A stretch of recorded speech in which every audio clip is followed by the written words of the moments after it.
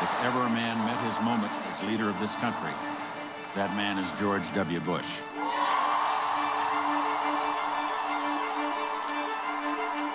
For a time there, it looked like we were in for another long post-election battle for the White House. But today, when Ohio finally went into the Bush column, it was clear the president had scored a decisive re-election victory.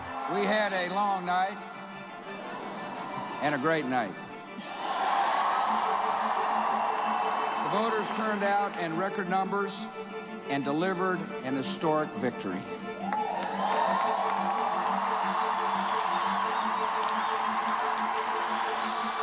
Everything we know about this election, everything about the turnout profile, tells us the exit polls were right. George Bush lost this election. Aides say the president sees his victory as a clear mandate and plans to move aggressively on his agenda for a second term. America has spoken, and I'm humbled by the trust and the confidence of my fellow citizens.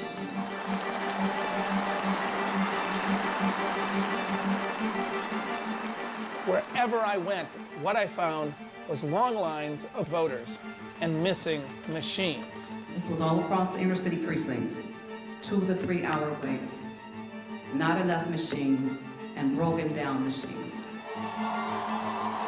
This Republican strategy for maximizing the vote for their candidate by any means possible more than likely cost Senator Kerry the campaign.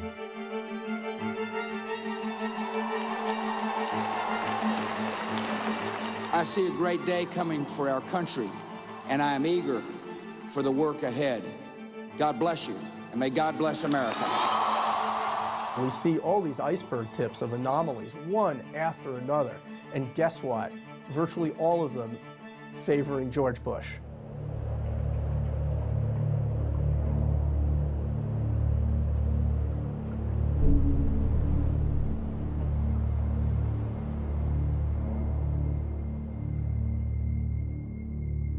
Here in Columbus, Ohio's capital, voters waited as long as 2.5 hours today to cast their ballots. People waiting in line for 9 hours to vote, some getting discouraged and actually going home without exercising their franchise. People waiting for as long as 15 hours to vote in line because they only had 2 places to vote.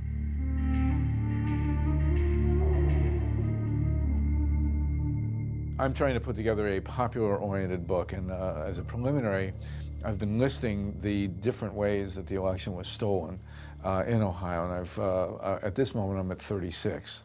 So I expect to get to about 50.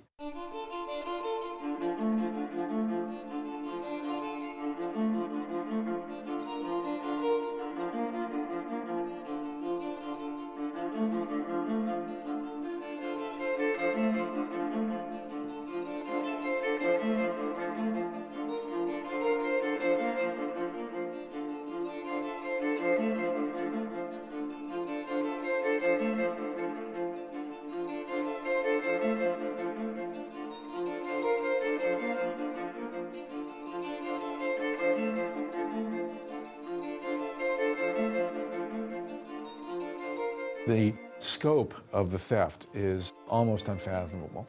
And I think it's one of the reasons people have difficulty dealing with it, is because they did so many different things. They knew we had a record turnout this year. They did nothing to accommodate us. Nothing. There should have been 14 voting machines at this site.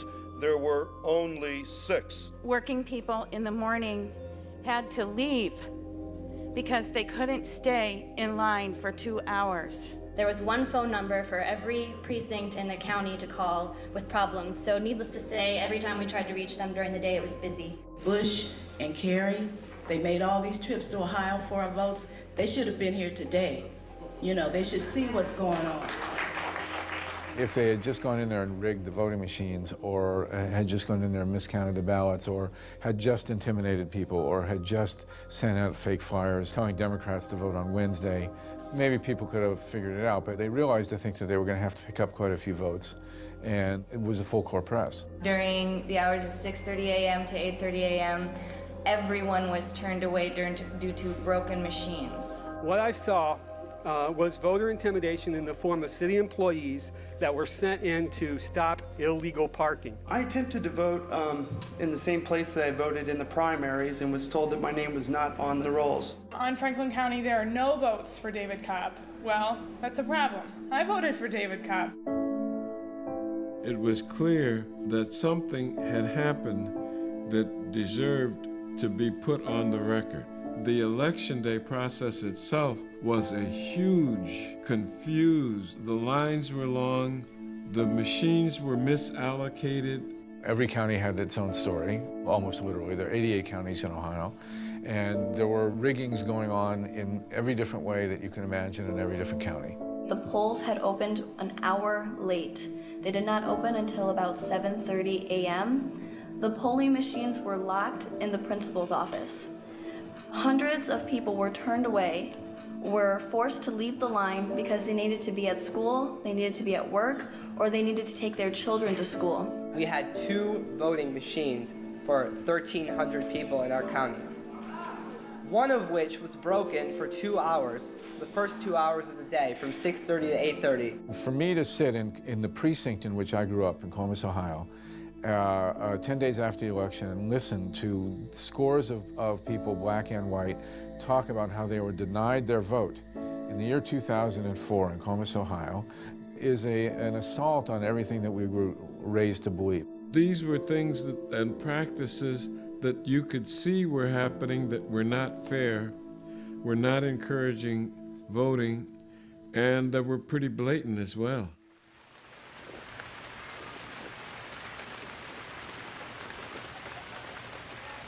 The targeting of people of color and of people without means is very political and very computerized. It's not as if they're out there saying, well, we don't want black people to vote and we don't want poor people to vote.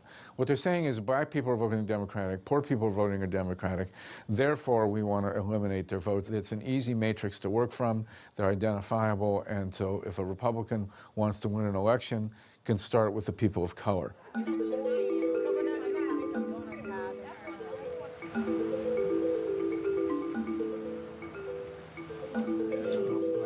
People are getting out to vote. There's lines everywhere, 3-hour wait. People were kind of, at first, enthusiastic that so many people came out to vote. And everybody's like, I'm staying here. I don't care if I have to stand here all day. I am gonna vote. The rain ain't gonna stop nobody. And in the beginning, in the morning, at 6:30 in the morning, you would think, yes, this is good. But then at 2 o'clock, when the lines are still out the door and you have a 2 to 3 hour wait to vote and you can't stand in the line that long. It's like, well, why should anyone have to stand here all day to vote?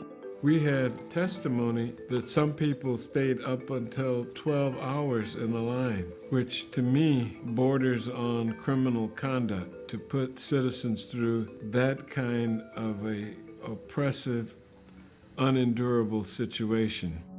And it was so blatantly obvious that the inner city machines were missing, making it difficult and inconvenient for American citizens to cast their constitutional right to a vote.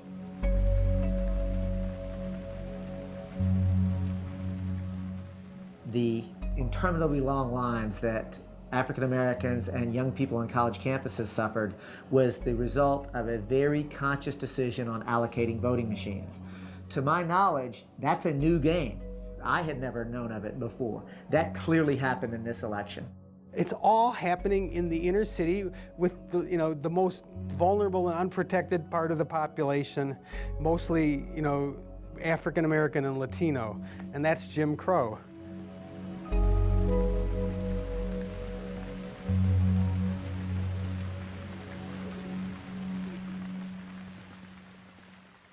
Election day, went to my polling place to vote.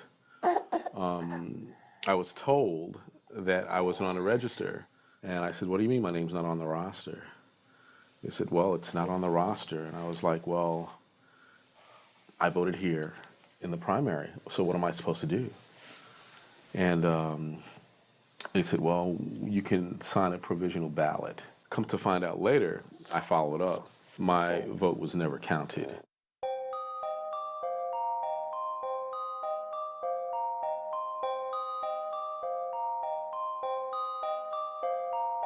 I'm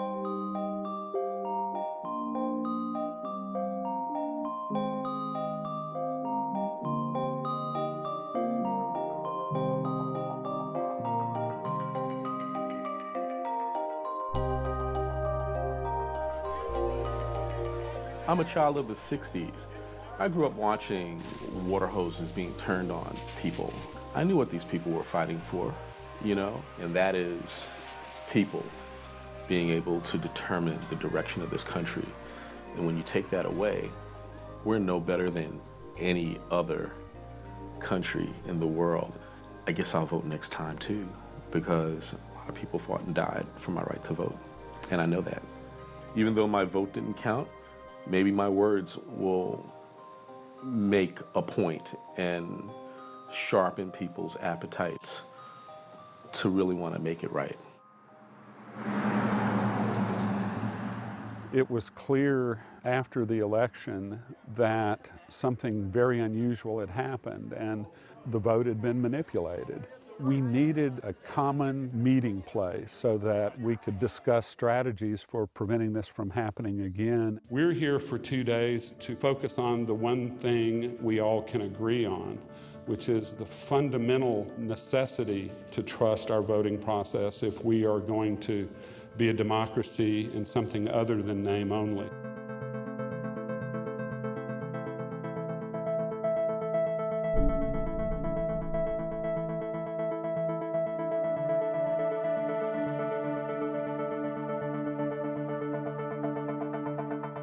A new ABC News poll has found that the race in Pennsylvania is, as they say, drum tight. 49% for President Bush, 48% for Senator Kerry. That is a statistical tie. The election of 2004 was unprecedented in Pennsylvania. We had unprecedented new registrations. We had unprecedented participation. There were rallies. There were more yard signs than you ever saw before. I've been a poll worker for 15 years in Westmoreland County, Pennsylvania, and I knew the night of the election there was something desperately wrong with our election.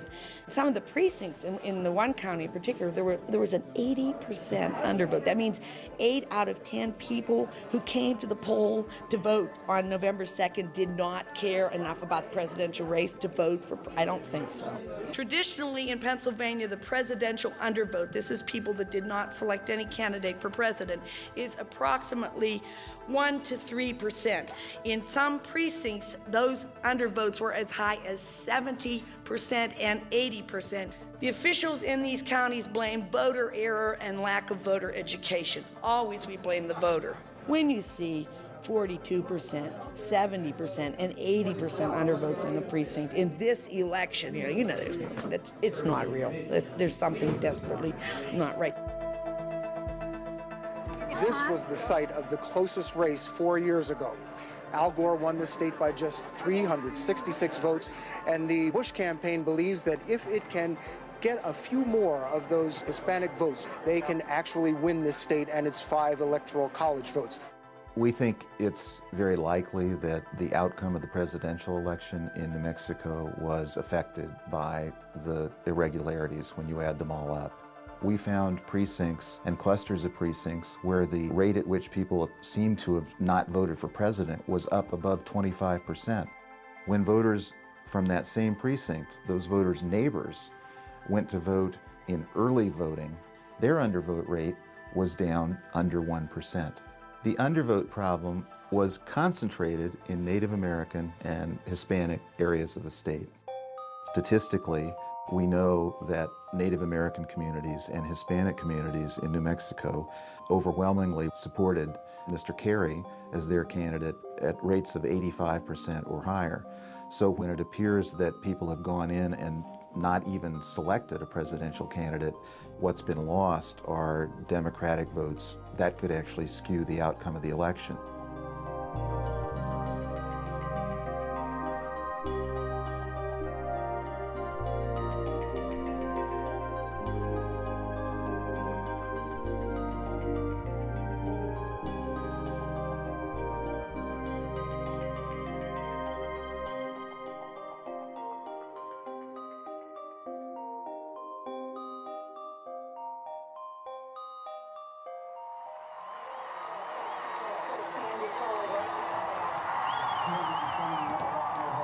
the presidential race looks jar-lid tight. We could be in for a long night as voters decide whether Vice President Al Gore or Texas Governor George Bush will be the next president of the United States. It is that close. I was in Austin on election night in 2000, and we just didn't know what was being thrown at us. CNN announces that we call Florida in the Al Gore column. In blue, the important pivotal state of Florida to Vice President Al Gore. Bulletin, Florida pulled back into the undecided column. All we could see was that this was the screwiest election imaginable. This thing is so wild, wacky, and woolly, nobody knows how it's going to come out. With Florida being announced for Al Gore, taken out of the Gore column. CNN right now is moving Florida to the too close to call column. Too close to call. Florida is now too close to call. I want to say that again. It's a confusing situation. Now, if you're disgusted with us, frankly, I don't blame you. The whole election being called for Bush prematurely and then being uncalled for Bush. CBS News has now, for the second time tonight, pulled back Florida. So we take Florida away from George W. Bush. We don't entirely trust all the information that... Quite honestly, we now don't know what to make of Florida. Al Gore's concession and then his retraction of his concession. Put me on. Gore has retracted his concession. Too close at this point to make a concession speech. He called to say, look, we think it's too close. I'm going to retract that concession. And finally, there's complete confusion at the end of a very long night, and everybody just bewildered and thinking, what is going on? Could we just review this again about how... Well, I think in the fullness of time tonight, we're going to have an explanation for this. We don't know what's going to happen tonight. We've been saying it all night long, and we've just proven it. Could you pass the crow? We had the corruption of the media environment because the person who called the election for Bush was his own cousin, who was working for Fox News at the time, and then all the other networks unquestioningly followed Fox News rather than doing their own analysis. Bush wins. CNN declares that George Walker Bush has won. George Bush is the president-elect of the United States. ABC News is now going to project that Florida goes to Mr. Bush. One of the closest elections in American history. Bush has won it. You had all these other delicious wrinkles in the situation. The fact that the Republican candidate's brother was the governor of the state where all the controversy was going on. Your brother said in one of his speeches, my brother said he's going to deliver Florida. he did say that. He said it more than once. Will you deliver it? He also told me that it was going to be a cold Thanksgiving dinner if I don't help him out, and then we're going to carry it. Catherine Harris, who was the Secretary of State, was doubling as co-chair of George Bush's election campaign. Governor George W. Bush, 2,912,790. So there were all these situations which, had they happened in some other emerging country from the former Soviet Union, the United States probably would have been front and center in denouncing these things as evidence of corruption. Suddenly it's happening in the world's most powerful country. We are awaiting now two what could be rather significant rulings in this race for the White House. The Supreme Court intervened and stopped the counting at exactly the critical moment. Just getting word from Associated Press that the U.S. Supreme Court has set aside the ruling on hand-counted votes in Florida. Even though Al Gore won the popular vote, he lost in the one state that would make the difference between who would be president. African Americans promised a payback at the polls. They delivered in record numbers. But on Election Day, thousands of their votes didn't count. The Civil Rights Commission did a series of hearings on what happened in the election, long after Bush v. Gore was decided. Harris faced an hour of intense questioning from the U.S. Commission on Civil Rights. What standards do you provide? And let's start with the standards to be used in the recount. I'm going to let Mr. Roberts address this legal question. Thank you. I thought Catherine Harris's description of her role was laughable, ha, ha, ha. We got almost uniformly from the poll workers and from the people who made the allegations that there was widespread disenfranchisement of various kinds. And we concluded, based on that and some statistical analysis, that African Americans were 10 times more likely to be denied the right to vote than whites were in that election. Wake up! Wake up! Count the votes, baby! Don't be afraid! The 2000 election illustrated that there was a real problem. The patient was sick. American democracy was not in a good way. The doctors came along and they really made the wrong diagnosis. They said the problem is the machines. If we have better machines, everything will be fine. So there was an almighty rush to believe that computers were the solution. About 29% of registered voters, that's about 50 million people, are expected to use these electronic touchscreen machines next week. That's about double the number in the last election, and there is some concern. These are new machines. When we use electronic voting machines, we can think of it as a black box because we as human beings cannot look into that computer and see the internal bits. It's hidden from us. So as far as we're concerned, it could be just a big black box. Is there any type of paper receipt that you get that confirms your vote? No. The only confirmation you get is on the machine. Since we can't see inside there, we can't know or we can't feel sure that what goes in terms of our votes stays there and actually gets counted. There's a fundamental problem with the whole concept of a computer touchscreen machine. If there's a problem, there's no way of identifying the problem and fixing it if you have a machine that does not involve paper. I want to mention something about conspiracy. No one has yet explained to my satisfaction the difference between a conspiracy and a long-range business plan. My primary area of activity has been to alert people to the dangers of electronic voting. The voter, him or herself, cannot determine whether or not their ballot choices have been recorded accurately in the computer.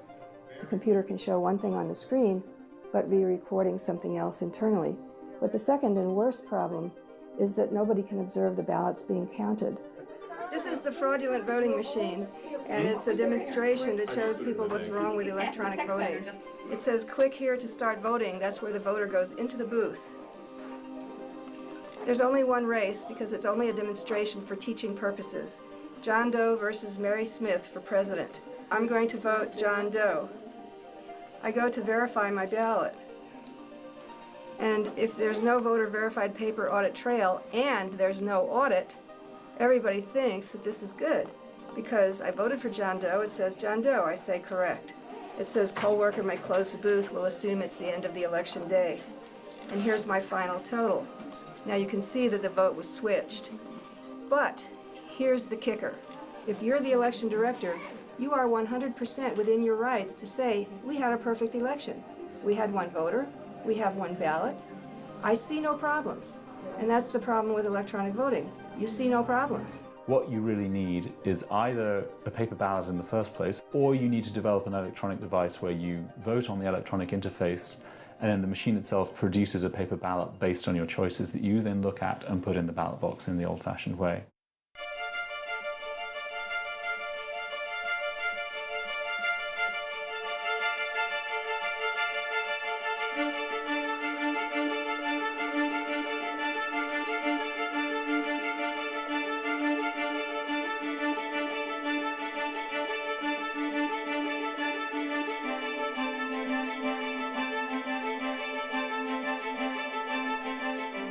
Computers are the new 21st century threat to fair and full and democratic participation in the voting process. In North Carolina, over 4,000 ballots are gone forever, lost when a voting machine passed its arbitrary limit.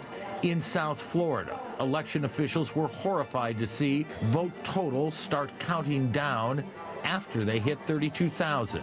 One of the insidious things about touchscreen voting machines is that if there is foul play, it can, at least in theory, be perpetrated invisibly. You can cover your tracks completely.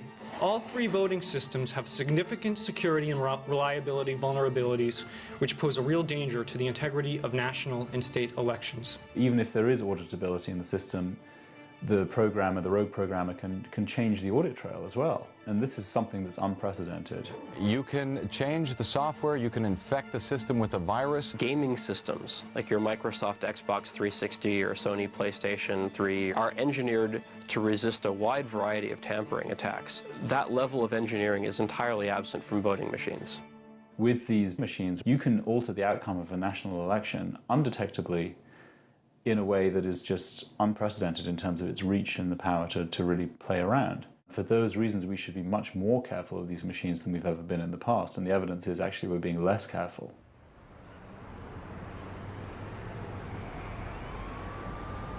I grew up during Vietnam and Watergate, and to me, the press is the fourth estate, the great watchdog.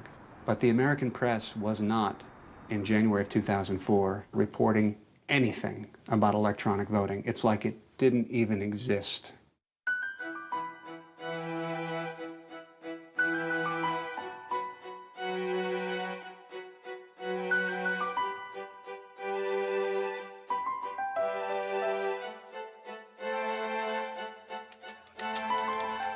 They had me in as a temp word processor, and I was working the second shift at night and just typing all manner of documents and charts and memos, whatever they needed.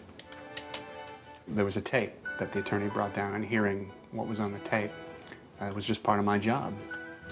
I put in that tape and start listening, and the attorney says, okay, this is a memo to file. The client is Diebold Election Systems, Inc. That night, all I did was my job. I typed up, transcribed the tape, and proofed it, and put it in the out bin, and that was it. But my mind was racing.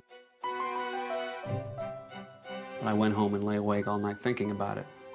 I certainly wasn't an expert, but I knew enough to know that what I was reading was smoking gun proof that they were using illegal, uncertified software in their voting machines, that they knew it was illegal, and that they were lying to the state and the taxpayers and the voters about the use of this illegal software.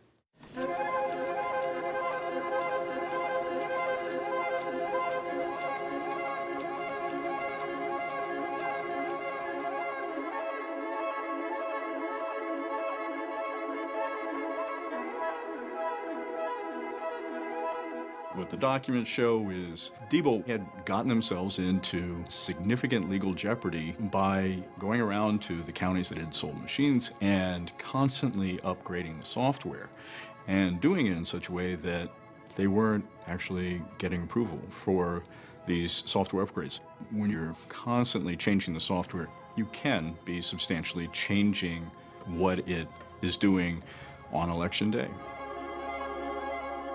Early today, problems with electronic voting machines, as some voters were turned away when the machines weren't functioning properly. Two of the largest counties in California essentially saw the majority of their polling places fall apart. So you had literally thousands of voters in those counties who just couldn't vote. This is a direct result of the representations and the misrepresentations, really, that Diebold and its attorneys made to the state of California.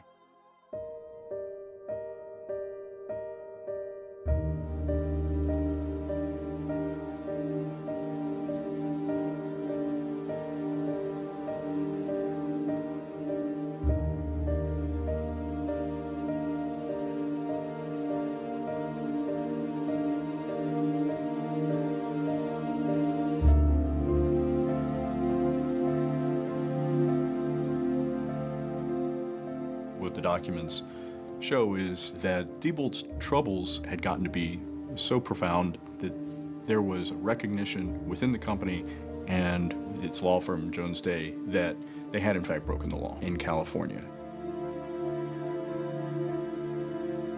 I went to the Oakland Tribune website and I saw some of the documents online, and I thought, wow, there they are. I wanted it to be exposed, and I thought, my work here is done. Within 4 days, there was a hearing. Now, it had been a scheduled hearing, but the content of that hearing now involved Jones Day's attorneys being questioned by a panel, which was gathered from the Office of the Secretary of State. Within days, they had decertified the Diebold machines involved and referred Diebold for criminal prosecution. These documents had a very significant impact on the ultimate decision to remove a lot of that equipment from use in California elections.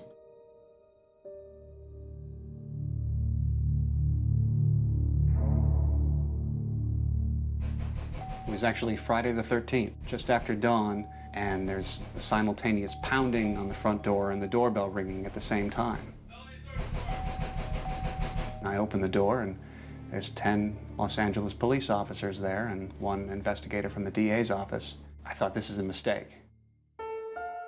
When Stephen came to me, there were no charges. There was only the execution of a search warrant authored by the Los Angeles County District Attorney's Office. This was in August of 2004, on the eve of a national presidential election. It was over 18 months before the Los Angeles District Attorney's Office actually charged Mr. Heller, which I, to this day, find very interesting. I was charged with 3 felonies. It was unauthorized access to a computer, and receiving stolen property, and theft by computer. This was newsworthy in a big way because you had a whistleblower, and in fact that's what Stephen Heller was, and he was being treated like a common criminal. The great irony here is that while there's enormous statutory civil protection for whistleblowers, at the end of the day, there is not criminal protection. I violated attorney-client privilege, and that is a very serious crime. And I pled guilty to that crime, and I'm taking responsibility for it. But what is illegal is not always wrong. I had to pay a $10,000 fine to the law firm. I had to sign a statement of apology to the law firm. And I'm on felony probation. I think we will forever chill whistleblowers from coming forward. And I think it's the exact wrong message we want to send to citizens about misconduct they uncover. The state of California has ordered that some 15,000 brand new touchscreen voting machines manufactured by the Diebold Company not be used next week. Officials say there are serious flaws with the machines and that the company has repeatedly misled the state. They really, literally engage in absolutely deplorable behavior, and to the extent that they put the election at risk, jeopardizing the outcome of the election. A very difficult ethical choice had to be made, but the information was very important and actually could affect the future of the free world. That sounds like it's an awful big container to put this in. But when you understand that this company was making the machines that counted 33 million votes in a presidential election, then if they are conspiring behind the scenes to tell untruths and to mislead a Secretary of State, you've got to have concern over whether you should trust their secret software. When I saw those documents, I had to do something. If our elections are crooked, then our democracy isn't there anymore. And I'm just not willing to let that go. I'm not willing to let liberty and freedom go.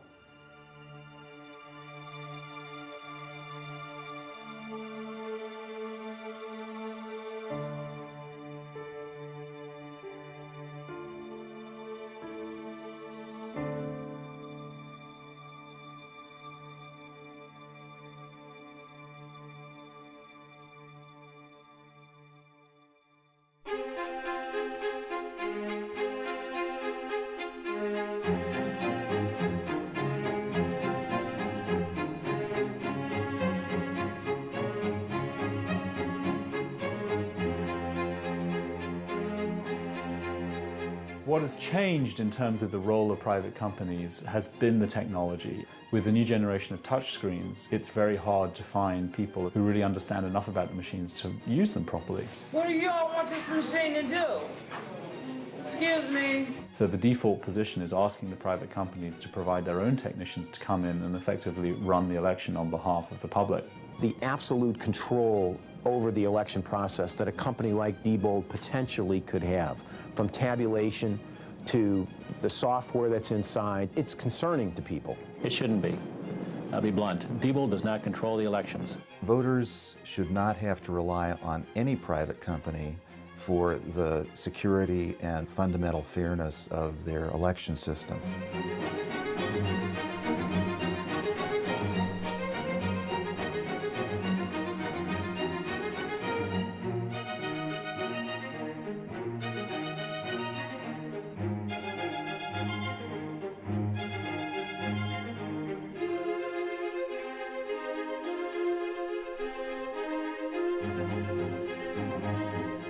If you privatize the votes and allow private companies with secret software to essentially count your votes for you and they're partisans of the president, then of course they'll steal the vote because we've made it easy for them. So if you're starting to abdicate that responsibility to private for-profit companies who have every interest in making themselves look good long before they worry about having integrity in the process, then you're beginning to seriously compromise the bedrock of American democracy.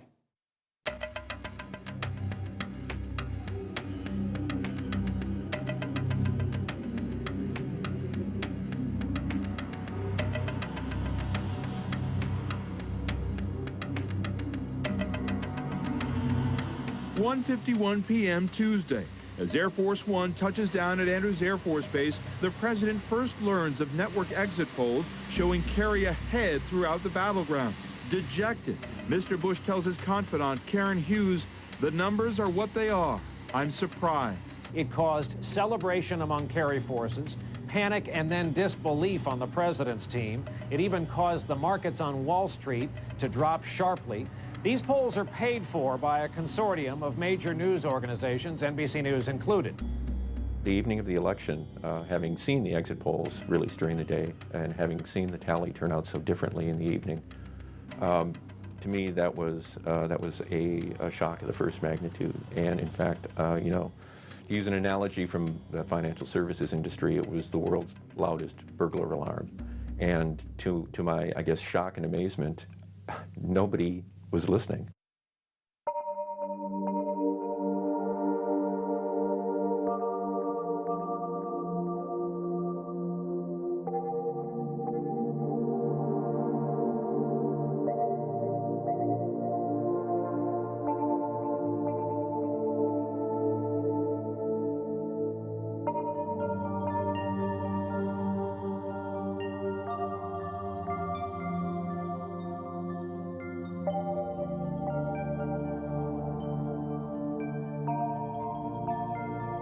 The exit polls have been used by the networks to project election results with great accuracy through the years. We've relied on the exit polls for many elections now. They have a history of at least 40 years. In 2004, we saw something very different. The discrepancy between the exit polls and the vote counts was off the charts, and this was a new phenomenon.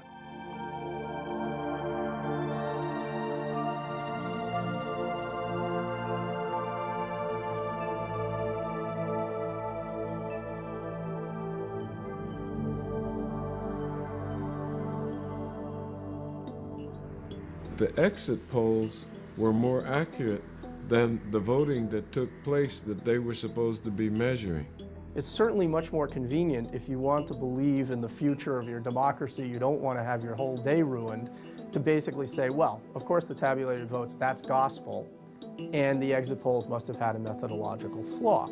If you look at the exit poll sample as a whole, there were some 13,000 individuals chosen to be a nationally representative sample. A sample size of 13,000 generates a margin of error less than 1%. What we saw was a discrepancy that was so much greater than that. Statistics can tell you what the chances are when you interview 13,000 people that you'd be that far off. And you know, it's somewhere, I won't bore you with the numbers, but it's somewhere between, you know, astronomically impossible and ludicrously impossible. So it just didn't happen by chance. Nearly all the experts are in agreement that the exit polls could not have been so far off that they gave distorted results. It's far more rational to assume that the voting process was compromised. When you look at the pipeline through which the popular vote actual tabulations travel, how immensely easy it is to rig that at so many levels, and the computer security experts and computer experts have been screaming about this for 15 years, basically. There is more methodological consistency, development, nonpartisanship to the exit polls by far than there is to the tabulated vote.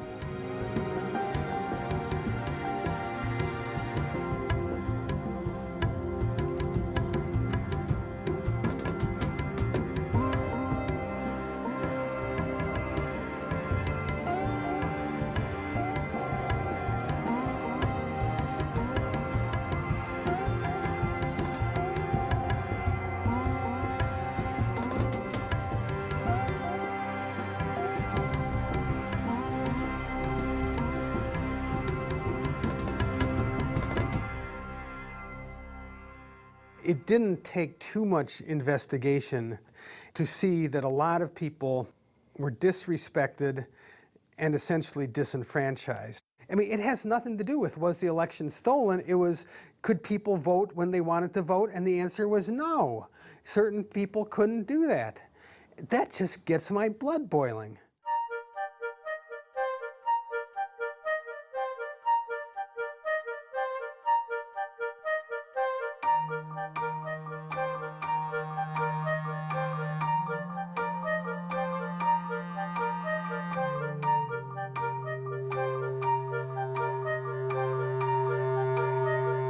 If I'm too outrageous, if I write, for instance, precisely what I believe, that the election was stolen, if I use the F word, fraud, well, there's a good chance the editors will think I'm a lunatic, and they'll fill the hole with some other columnist's words. Like any other American citizen that was concerned about the issue, I just kept waiting for the media to tell us, you know, to look into it and to say, here's what happened, and it won't happen again. And it just never happened. Saw a poll today showing that 80% of the country believes the president won the election in a fair vote. The other 20% write me. You know, there's like a corral around this issue, beyond which the mainstream media just doesn't want to go. We've been a little surprised by how many emails we've had suggesting that maybe once again the country got it wrong. Now, we're not particularly disposed to conspiracy theories. As you know, Mr. Bush won by a very comfortable margin of more than 3 million votes. There is a groupthink that happens. And the groupthink is, you know, it's a bandwagon. There were no problems that would lead me to believe that there were stolen elections or widespread fraud. Not according to some people who have devised various theories. Websites hostile to the president claim massive vote fraud, that Senator Kerry really won. And it just became apparent that there wasn't a will in the mainstream media to take this issue and do anything with it. And what about those early exit polls giving Kerry the lead? They say that means the election was stolen. Convinced? A respected reporter that tried to make the case that there was election fraud would definitely look silly, would feel silly, you know, because it's this conspiracy, it's the nutcase file. And I mean, everything gets swept into the nutcase file that suggests that there's anything irregular. Clearly, for many people, however, results are not enough.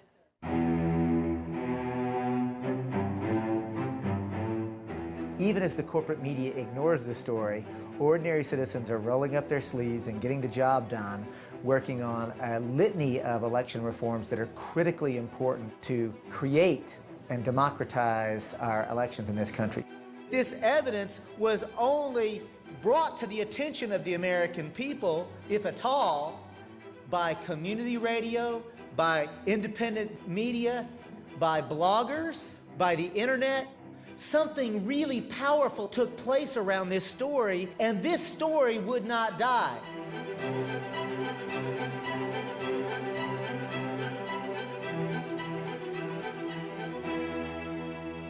I come from the school of journalism, I.F. Stone, that says everything we need to know is in the public record. I've made a career out of investigative reporting based on simply reading government documents. Often, the mainstream media doesn't do this.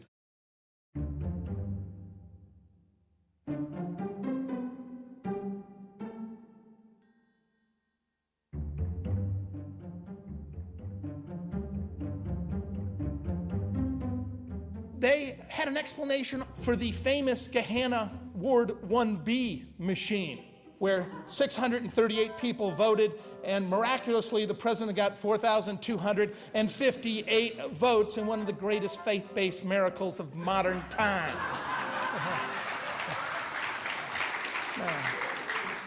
Now leave it to the Dispatch to get to the bottom of that. I'm watching ONN one day.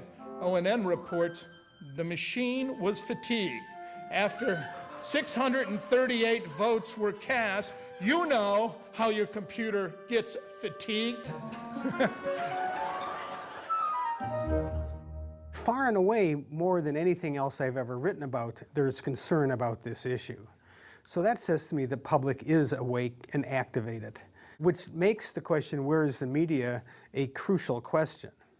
The media is protecting its interests. There is no interest in bringing down another president. There's only interest in making the world safe for media mergers. There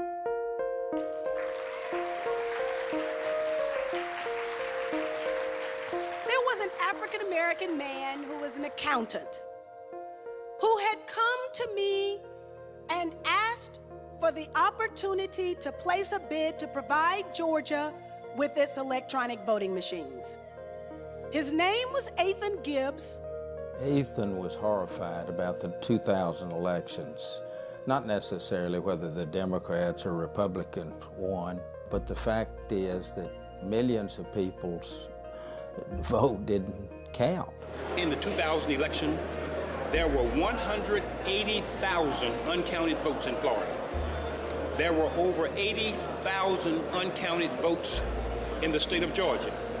In Cook County, there were 62,000 uncounted votes. There's the real problem. He had a very simple concept, that you should be able to verify your vote, just like you can verify your money in a bank and the money you get out of an ATM machine. The machine prints out a paper ballot that shows who you voted for. Once you verify that the ballot accurately recorded who you voted for, you drop it into a ballot box. The machine still counts the votes on election night, but if there's a challenge by one of the candidates, it's the paper ballot that gets counted. There are a lot of folks who sold us machinery in the past who want to sell us machinery in the future that do not live up to the Athan Gibbs standard.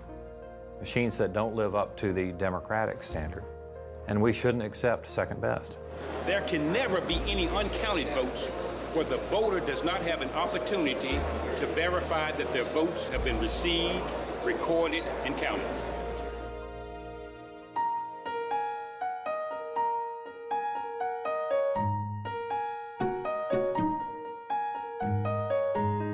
He'd say, "You're an investigative reporter. Why don't you report?" And I'd say, "Well, you know, why is he bugging me? You know, I mean, I don't see any story here." He said, "You know, think about this. Diebold is an ATM machine maker. Every single one of their ATM machines gives you a receipt and has an audit trail." And he told me, I'm coming this as an accountant and an auditor, right? Is why would you make a machine that doesn't provide a paper trail and can't be audited? And he left it at that, and I said, that's a good question. And I began to trace the history, and then I wrote an article right after that, which is a cover story in the Free Press. And then Harvey Wasserman and I wrote a follow-up article for MotherJones.com. The great tragedy was 1 week after the Free Press article occurred and the Mother Jones article occurred, about 1 week, Athan Gibbs died in a tragic accident where his car veered in front of a truck.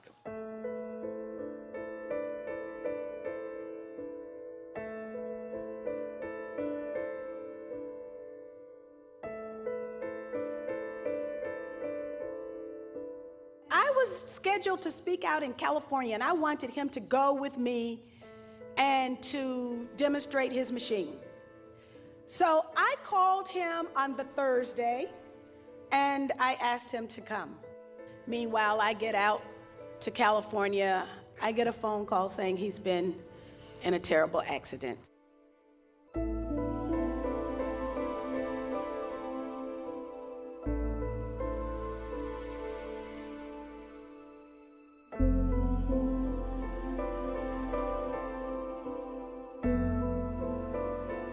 I think he'd be very disappointed because he worked hard on it for years. He got the attention of big companies like Microsoft, and it's not easy to get their attention. And I think he would be sorely disappointed that we haven't lived up to either his dream or the American dream.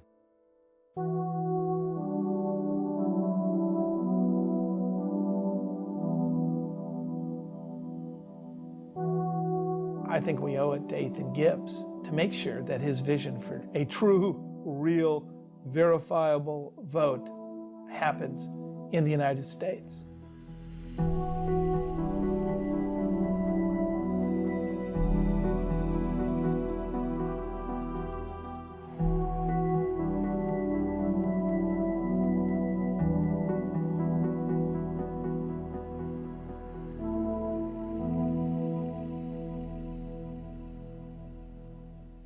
If you don't know that your vote is counted and counted fairly, why then we have no democracy. It becomes ruled by a small group of elite insiders who manipulate what looks like a democracy for their own advantage. They're happy with the way it is right now. When some voters are intimidated, some voters don't participate, we make a burden on voting so that they get to rule instead of the will of the people. Here we are exporting democracy around the world, not only in Iraq, but many other countries, Ukraine with the Orange Revolution, and some of those countries have a better voting system than we do. Give me a break. We owe the American people a better job at this so that it's simple and clear. You vote and your vote will count. Mr. Curtis, are there programs that can be used to secretly fix elections? Yes. How do you know that to be the case? Because in October of 2000, I wrote a prototype for President Congressman Tom Feeney at the company I worked for in Oviedo, Florida, that did just that. And would that program that you designed be something that elections officials could detect? They'd never see it. And your testimony is under oath? Yes, sir. And the testimony you've given is true? Yes, sir. Thank you.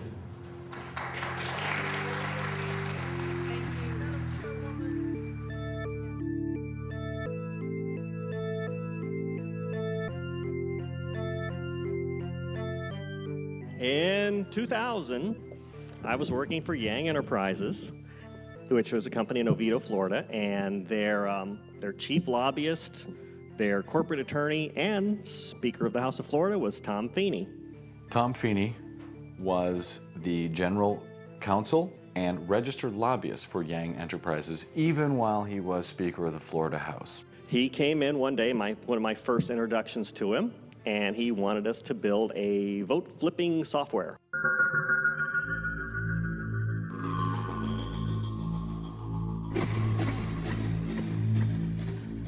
He was asked by Tom Feeney to create essentially a vote rigging software prototype. My interpretation initially was that he wanted to prevent you evil Democrats, because I was a Republican, from cheating. So we know how bad you are. So, he's a Republican, I'm a Republican, which, immediately makes him the good guy right away.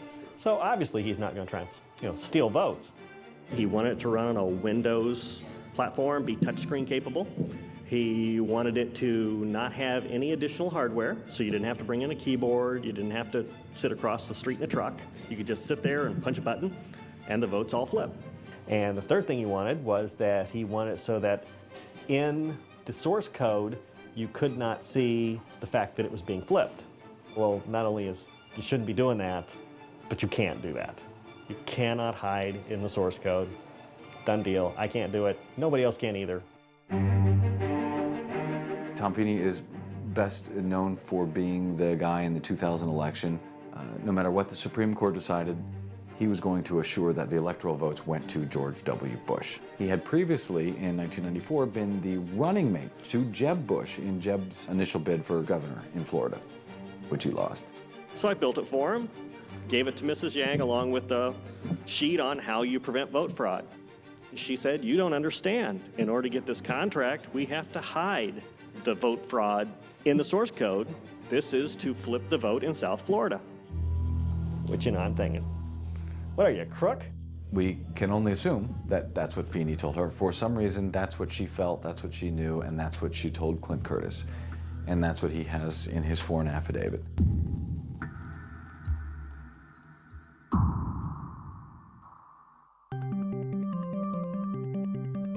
He had a lot of political theory about, you don't have to actually beat the Democrats in the Democratic area, you just have to reduce the margin enough so overall it weakens it, and you win that way, and he's just a wild man.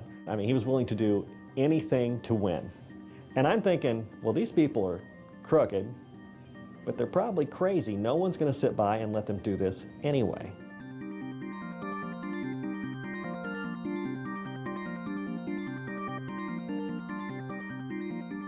They tried to bribe me to come back to them. Eventually it got up to, $1 million. So give me $1 million to come back.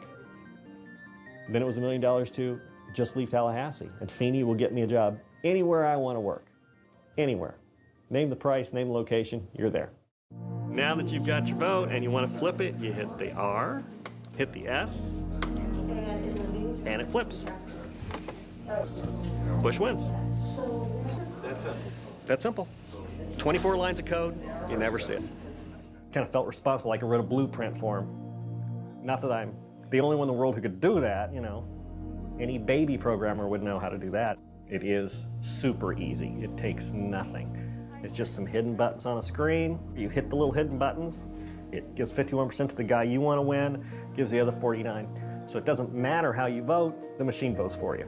So in other words, there is absolutely no assurance whatsoever on anything with regard to these machines? Absolutely none, unless you look at the source code and make sure it's safe before it goes in. Thank you very much. Thank you, Congressman Mathers. I know that Congresswoman Waters has...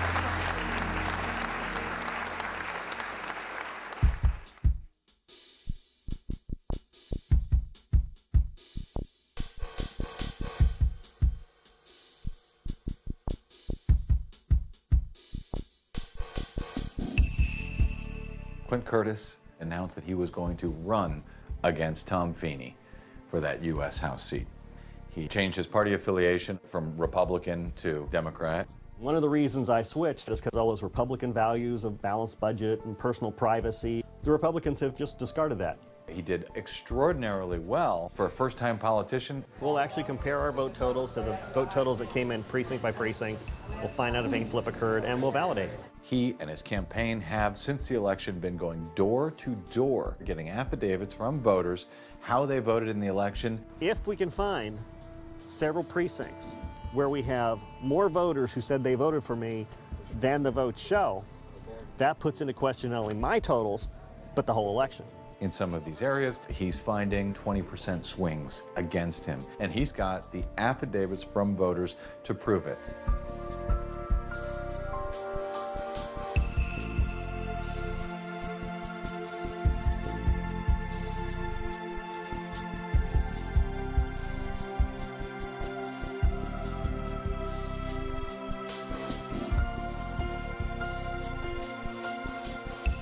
I grew up thinking you're supposed to do the right thing, and that's what I do.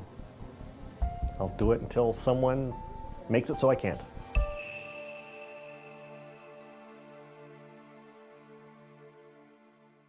There's no room in our Republican form of government for either side, any party, to be rigging elections. And my feeling is Democrat or Republican, if they're rigging elections or screwing with the electoral process, they've got to go, period. It really is nonpartisan. And the manipulation that goes on is by party operatives at a pretty high level. This cannot be viewed through a partisan prism.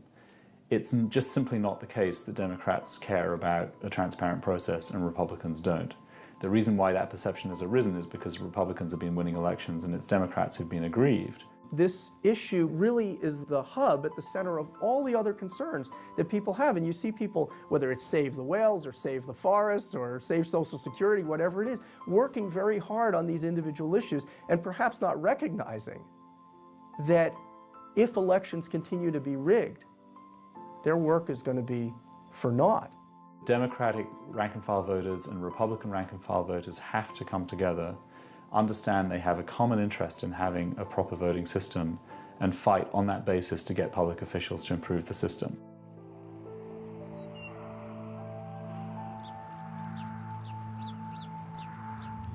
I'm Bruce Funk. I'm from Emmy County, Utah, a small rural community of Clawson. I'm a Republican. I have been elected county clerk in Emmy County for 23 years. The vote, I think that's the individual thing that makes this country. And throughout my whole career, that was the thing that I oversaw and was most important.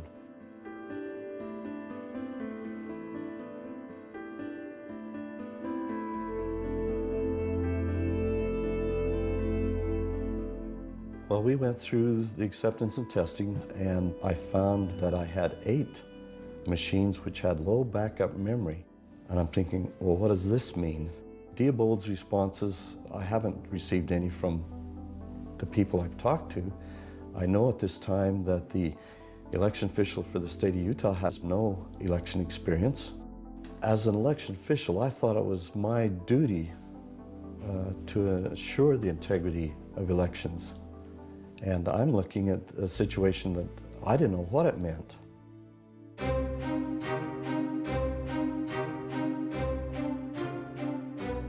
So we came in and took a look at these machines and found what was later reported in the New York Times as the nuclear bomb of security flaws for electronic voting machines. A new study finds hackers can easily tamper with electronic voting machines by installing a virus to disable machines and change vote totals. They were shocked at what they found. It was the most severe security problem they had ever seen. Since then, we have seen one test after another showing these systems can be hacked with a virus in 60 seconds, which can be passed from machine to machine, flip an entire election, and no one will ever see it. At Princeton University, Professor Edward Felton shows us how to hack a Diebold voting machine. The voting machine virus is on this memory card. The machines all use the same key to unlock them, a very low-tech number commonly used for luggage or desk furniture. Anyone who can get the door open and stick in a memory card can insert a virus or do whatever they like. The Princeton group only studied one type of machine. That model will be used in 357 counties across the country by 10% of the voters in November. Anytime you find a problem in a machine that's manufactured, that's used in thousands and thousands of locations, counting millions of votes, it's not an issue with Emery County, Utah. This is an issue of national security. This only happened because a guy like Bruce Funk said, I'd like to know what we're using, come on in and give them a look. It could change the outcome of every election. Whoever was in power could stay in power and manipulate the elections, whether on a local level, state level, or a national level.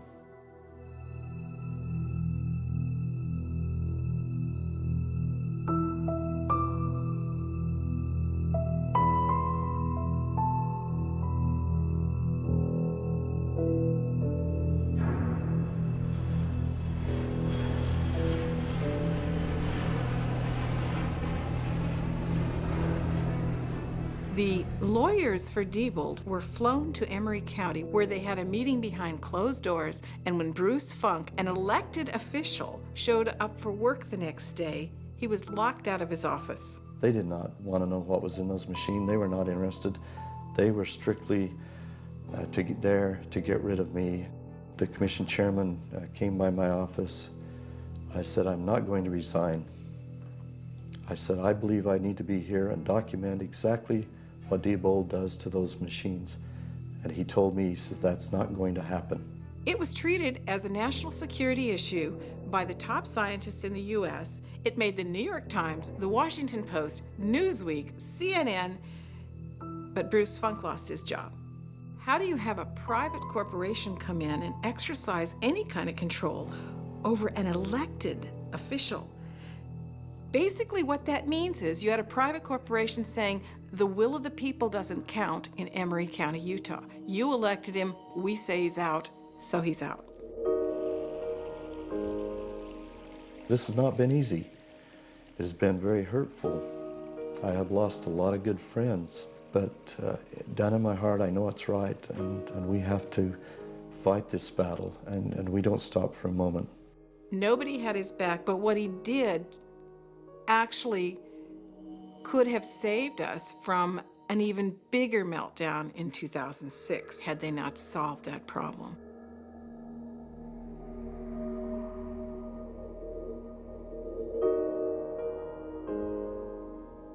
It was so bad that states pulled the machines off the shelves and issued emergency security fixes at the last minute before the primary election in 2006. I can't think of anything more important to do with my life than to try and save our democracy, because the vote is the very core of that democracy. If our vote doesn't count, how can we call this democracy?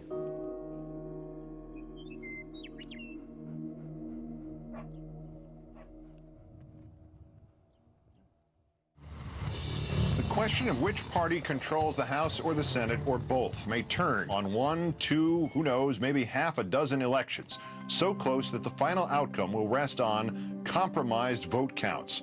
The mainstream media finally did help this election in 2006. We saw a lot of stories in the month or two leading up to the election. California officials have learned in recent days that the state's most widely used electronic voting machines can be manipulated to let voters cast ballots over and over and over again. If you can hack into computers at some of the most secret federal agencies in the country, why can't people hack into these voting machines? It's crazy. And this is going to impact elections. And I'm not talking about Republicans or Democrats. It's going to screw candidates on both sides of the aisle. Throughout 2006, election after election in the primaries, we saw systems break down. We saw voters not be able to even cast a vote. In Maryland, the recent primaries were such a debacle and disaster that the governor is now arguing that the state should altogether scrap the entire electronic voting system and return immediately to paper ballots. I have doubt whether they can be fixed in 7 weeks. And so my issue here is you have an election coming, you're going to have a lot of people, a couple million people voting. Why take a risk?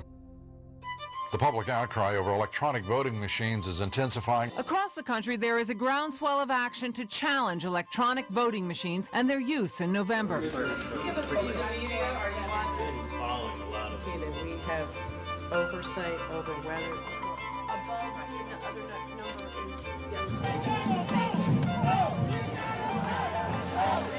It was a Wall Street Journal article that talked about this new breed of activists who are out there and who no longer trust the way our election system goes. Just arrived here at the voting office, and guess what? No electricity in the predominantly black districts around here. And yet, for some reason, there's electricity right across the street, but there's no electricity here at the voting place. What you're seeing is citizens' vigilance at the grassroots level. Just to be sure that my vote was counted correctly, I took my cell phone into the booth and I held up my ID along with the vote that I cast that was lit up, and I took a picture of it. I just wanted to be absolutely sure that it was documented right. If you want this country to do everything in its power to protect you, and at the same time lay the foundation of peace for generations to come, vote Republican. It was basically free fall for the Republicans in the month of October.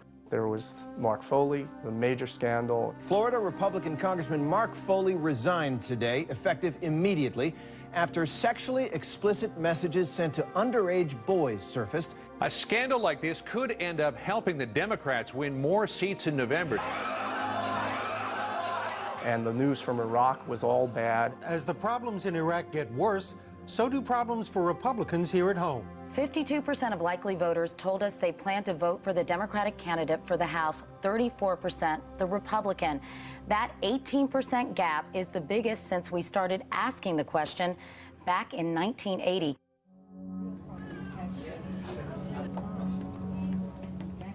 What a difference 2 years has made. 38% approve of the job Mr. Bush is doing, while 60% disapprove.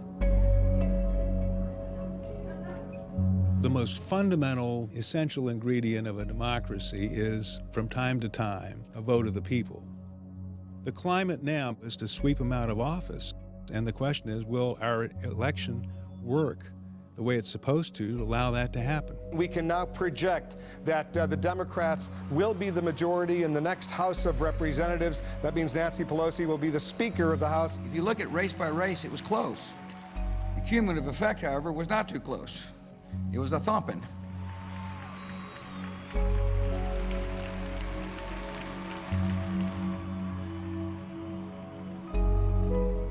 Because the Democratic Party won the 2006 election, many people came away with the feeling that our electoral process had worked.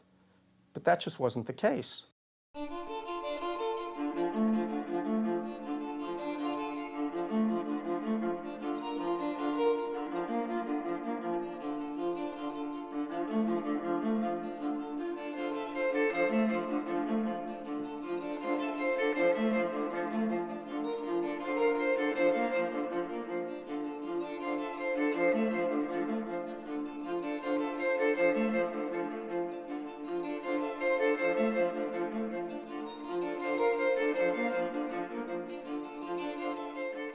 There was more citizen vigilance in 2006, and that probably did some good. But the vast majority of election fraud is now computerized, and it's invisible. When it's counted inside a machine that no one can see, it doesn't matter how many people you have watching.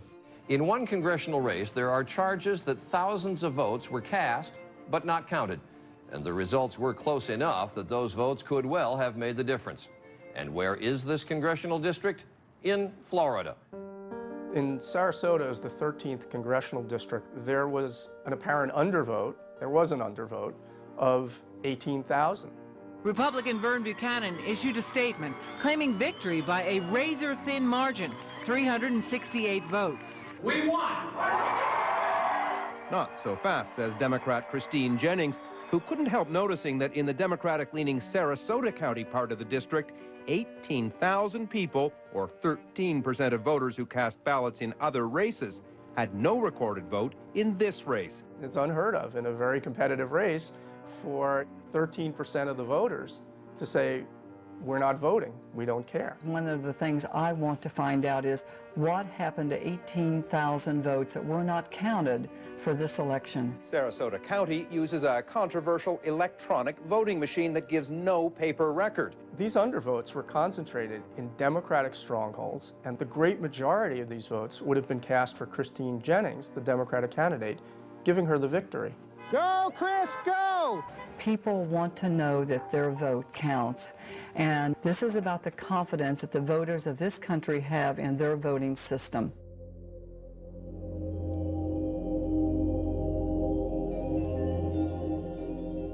In 2006, I mean, we were set up in a war room in Philadelphia. We were better prepared for 2006 than we were for 2004. We certainly had our eye on the official exit polls run by the networks and the Associated Press. They actually released results of these exit polls before they were adjusted to conform to the vote totals, as has become the custom. And these results showed a resounding Democratic victory of 11.5%. When the vote totals came in later that night and the next day, the Democratic victory was 7.6%. And that represented a loss of 3 million votes nationwide.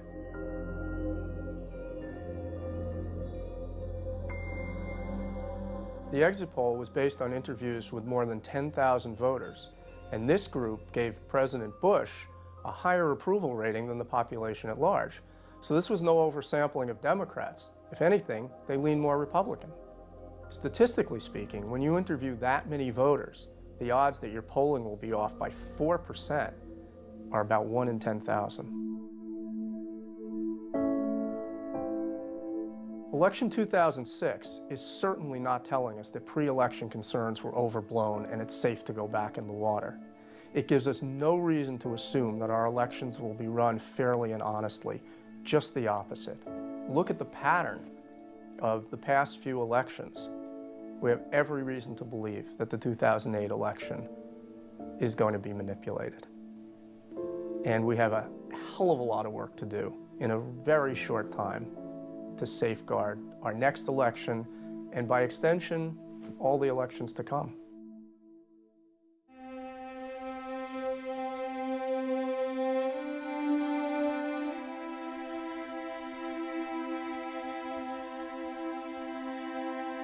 The notion of stolen elections is something we assign to third world countries, but not to this beacon of freedom and democracy that we like to view ourselves as. I mean, it's just something we don't want to consider.